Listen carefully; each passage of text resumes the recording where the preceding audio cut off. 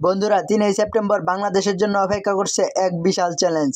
ভিয়েতনামের মাটিতে নামছে আমাদের অনূর্ধ্ব-23 দল। এই ম্যাচ হারলে শুধু সম্মান নয়, সরাসরি বাদ পড়তে পারে বাংলাদেশ। তাই আজকের ভিডিওতে জেনে নেই কোন সময়, কয় তারিখ আর কোন চ্যানেলে সরাসরি দেখতে পারবেন বাংলাদেশ ভার্সেস ভিয়েতনাম ম্যাচ।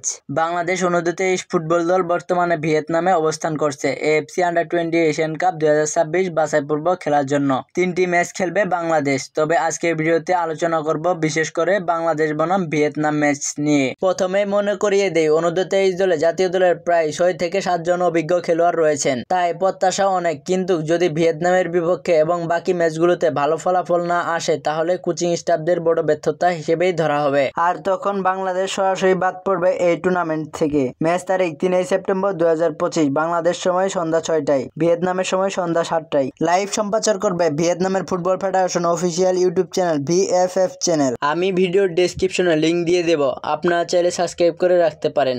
আর যদি তাও মিস হয় তাহলে Bangladesh versus Vietnam under-20 live লিখে সার্চ করলেই পেয়ে যাবেন সরাসরি ম্যাচ। মনে রাখবেন, ম্যাচ শুরু হবে বাংলাদেশ সময় সন্ধ্যা 6টায়, একটা মিনিটও মিস করবেন না। আর এই ম্যাচ আপডেট পেয়ে যদি আপনি উপকৃত হন তাহলে অবশ্যই লাইক দিবেন। আর খেলার প্রতিদিন আপডেট পেতে আমাদের ইউটিউব চ্যানেল খেলাযোগ্য রাহাদের সাথেই থাকুন। ধন্যবাদ এতক্ষণ ভিডিওর সাথে থাকার জন্য। আবারও দেখা হবে ফুটবলের আরেক নতুন আপডেট নিয়ে।